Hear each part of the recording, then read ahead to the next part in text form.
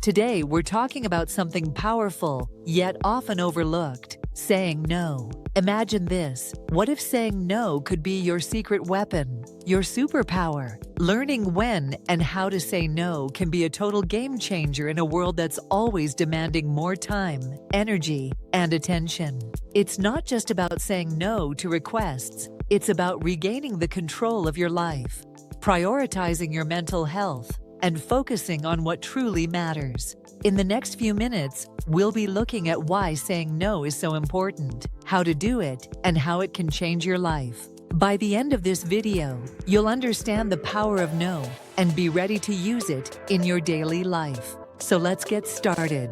We live in a world that worships busyness. From the moment we wake up, we're bombarded with messages about productivity, hustle, and the need to say yes to every opportunity that comes our way. The pressure to say yes is everywhere at work, with friends, or even within our families. Society teaches us that saying yes means being helpful, cooperative, and successful. But here's the thing: saying yes all the time can be bad for us. It can lead to overcommitting, which in turn can lead to stress, burnout, and even resentment. We spread ourselves too thin when we say yes to too many things. We end up with a packed schedule, no time for ourselves, and a long list of tasks we're not passionate about. Let's talk about the psychological impact of overcommitting. Our stress levels go through the roof when we take on more than we can handle. Our mental bandwidth gets stretched, and we feel overwhelmed. This can even lead to anxiety or depression. Over time, this persistent state of stress can significantly affect both our mental and physical health. But it's not just about stress. Overcommitting can also affect our relationships and our performance in our roles.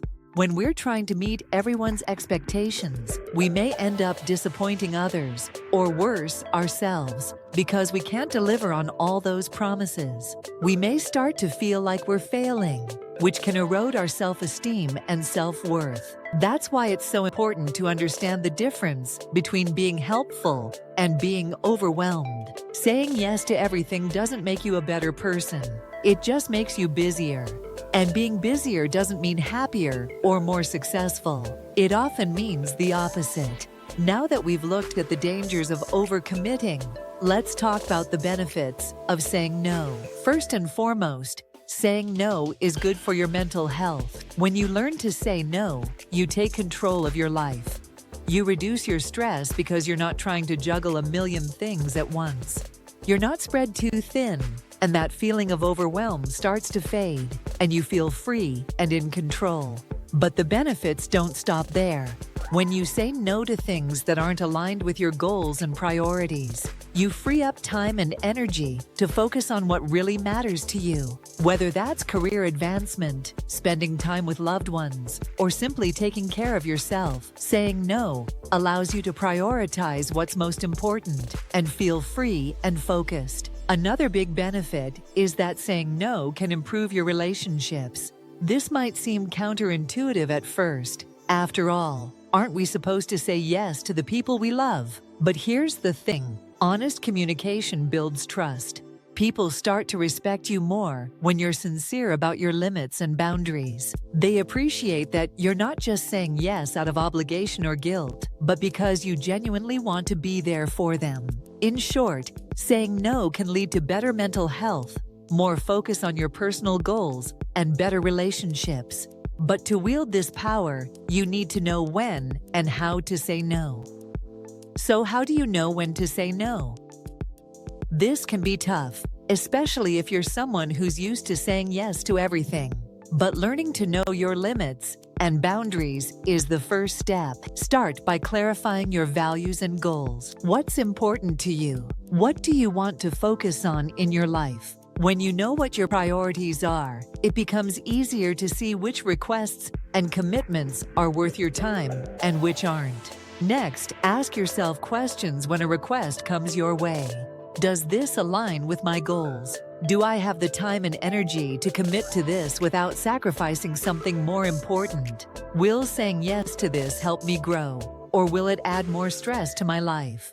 For example, if a colleague asks you to take on a project that doesn't align with your career goals, or a friend invites you to an event that will leave you exhausted, these could be opportunities to say no. Also, consider the value of the request. Only some opportunities are good, and only some requests are worth your time. Some things might sound great, but when you dig deeper, you realize they don't serve your long-term goals. Don't be afraid to turn down opportunities that don't align with where you want to go. Finally, consider the consequences of saying yes or no. Will saying yes bring you closer to your goals or further away? Will saying no free up time and energy for something more important? These are important things to consider when deciding to say yes or no. Remember, you have the right to put your own needs and goals first. Saying no is not selfish. It's essential to living a balanced and fulfilling life. Start practicing saying no in your daily life. Look for opportunities where saying no can help you get your time and energy back and focus on what matters most to you. So now you know when to say no. But how do you do it? Especially in a nice and respectful way. Saying no is a skill that can be developed over time. It's okay if you find it hard at first. With practice and the strategies we've covered, you'll get more comfortable and confident in saying no when you need to. First of all, you don't need to over-explain or apologize for saying no. A simple and direct response is usually the best. For example, you might say, "I appreciate the offer, but I can't commit to that right now." Or, "Thank you for thinking of me, but I have too much on my plate." Another good strategy is the sandwich technique. This involves sandwiching your no between two positive statements. For example, you might say, "I appreciate the opportunity, but I must pass this time. I hope we can work together on something else in the future." This way, you soften the refusal and make it clear you're not rejecting the person, just the request. You can also offer an alternative if you want to help but can't commit to the original request. For example, "I can't take on this project, but I can recommend someone else who might be able to help." But what if you're worried about how the other person will react? This is where practice comes in. Role-playing can be a great way to build your confidence in saying no. You can practice with a friend or even in front of a mirror. The more you practice, the more natural it will feel.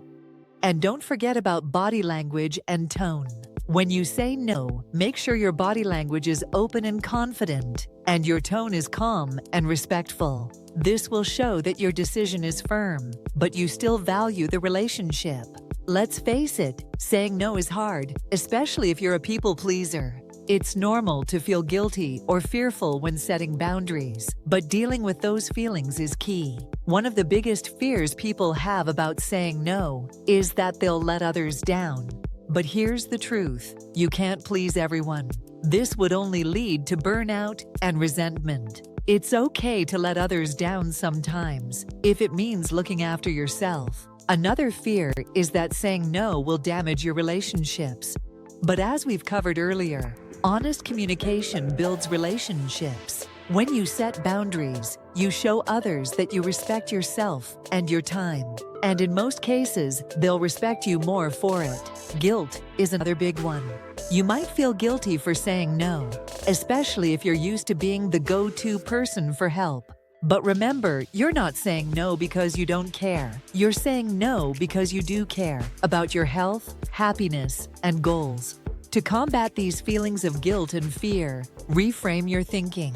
Instead of seeing no as a rejection, see it as a choice to prioritize what's most important. Remind yourself that when you say no to one thing, you're making space to say yes to something more meaningful that truly aligns with your goals and values. Think of successful people you admire. Many have mastered saying no.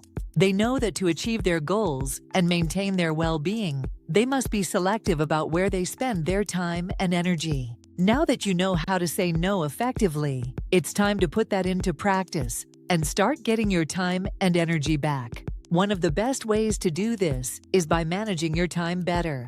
Begin by developing a schedule that focuses on your highest priority tasks and goals. Make sure to include time for self-care, whether that's exercise, meditation, or simply taking a break to relax. When your schedule reflects your priorities, saying no to things that don't align with your goals becomes easier.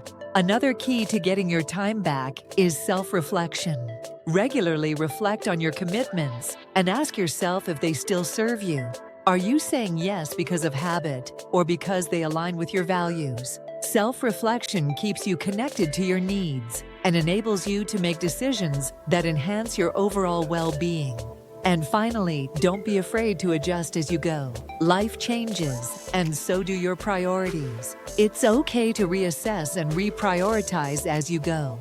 The more you practice saying no and setting boundaries, the more confident you will be in protecting your time and energy. So let's summarize. We've covered the power of saying no, the benefits to your mental health, relationships, and personal goals, and how to say no without guilt or fear. We've also covered when to say no, how to say no respectfully and confidently, and how to get your time and energy back. Now it's your turn to take action. Start saying no and see what happens. You might be surprised at how much time, energy, and focus you have when you stop saying yes to everything and start prioritizing what really matters. If you liked this video, be sure to like and subscribe so you never miss a new video. Thanks for watching, and remember, your time and energy are valuable. Protect them by saying no. You got this.